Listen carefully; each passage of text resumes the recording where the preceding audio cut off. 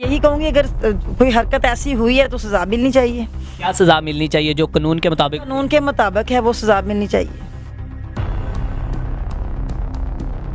कि कोई अल्फाज जो अभी आप बताना चाहती हों उन्होंने अपनी जो कि सफाई बयान की हो? कार साहब जब घरों को छोड़ गए हैं तशद्दुद करने के बाद तब बस कार साहब से इतनी बात हुई है, मैंने आ भी जाते हैं तो उनके लिए घर भी एक जेल। हमें बार बार सुलह का पैगाम मिला कि सुलह कर लें। अब हम सुलह किस तरीके से करें मुझे समझ नहीं आती। मेरी जवान बच्चियां, मैं किसके सामने निकलूं या हम कहाँ मोहल्ले में निकलें, कहाँ हम इलाके में घूमें, मुझे समझ इस बात की नहीं आती। क्योंकि हर लोग देखने वाले एक सवालिया निशान के साथ हमें देख रहे हैं। जब तक ये रिपोर्ट ये सारा कुछ क्लियर नहीं हो जाता तो अब हम बताएं कि हम शहर में नहीं, हम मोहल्ले में नहीं, हम पूरे पाकिस्तान छोड़ के कहीं गैर मुल्क में चले जाएं।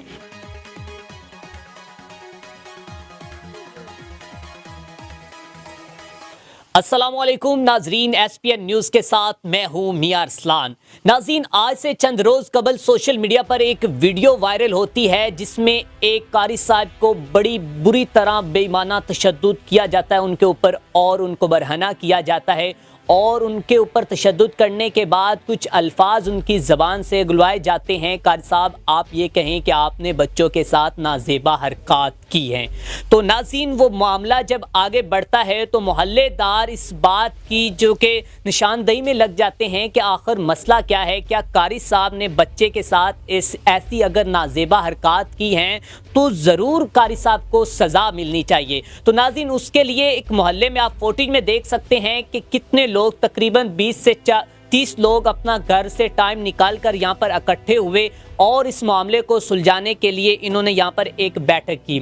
तो नाज़रीन, अभी हमारे साथ कारी साहब की वाइफ मौजूद है, इनसे बात करते हैं, पूछते हैं कि ये अपना मौक़िफ़ किस तरह बयान करती हैं और आखिर ये क्या चाहती हैं। अस्सलाम वालेकुम। वालेकुम सलाम। अच्छा माँ जी, मुझे ये बताइएगा कि आपके हस्बैंड पर ये मुबैना तौर पर इल्ज़ाम लगा कि उन्होंने बच्चों के साथ नाजेबा हरकत की हैं।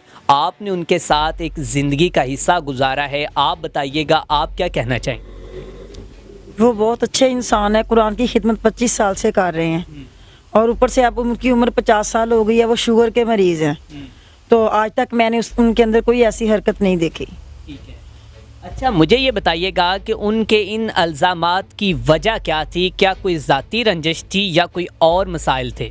बस बच्चे को मारने पे ये सारा मसला खड़ा हुआ कि बच्चे को 3-4 दिन पहले मारा है और 3-4 दिन उसके बाद पढ़ाने जाते रहे हैं। तो 3-4 दिन के बाद उन्होंने ये सारा मसला कारी साहब के साथ किया है।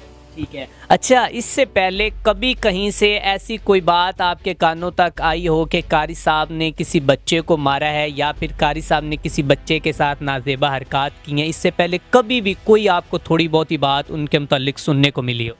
मारने का तो उस्ताद एक मारता है, जब वो कुरान सिखाता है तो वो मारना पड़ता है, लेकिन ऐसी कोई हरकत आज तक मेरे सामने नहीं आई कारी साहब की। अच्छा, आज यहाँ पर सैकड़ों लोग, तकरीबन यहाँ पर 30 से 40 लोग इकट्ठे हुए हैं, तो आप इन लोगों को आप लोगों ने क्यों इकट्ठा किया और अब आप लोग क्या चाहते हैं?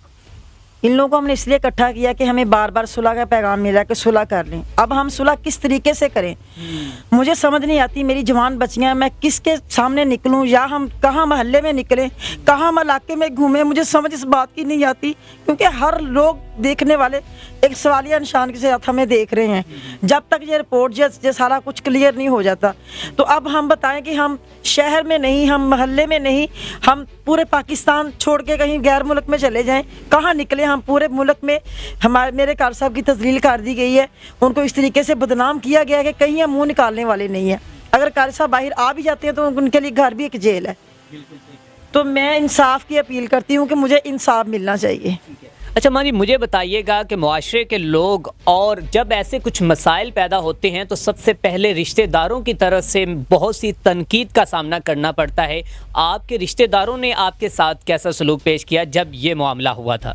हमारे जो रिश्तेदार हैं उनके अंदर हिम्मत नहीं कि उस वीडियो को पूरा देख लें। जितने भी हमारे रिश्तेदार हैं तड़पे हुए हैं इस बात पे कि इस हमारे बंदे के साथ हुआ क्या और क्यों ऐसा हुआ है, और बहुत परेशान है। कोई भी रिश्तेदार है जिस तक वीडियो पहुंची है वो इसको पूरा नहीं देख सके।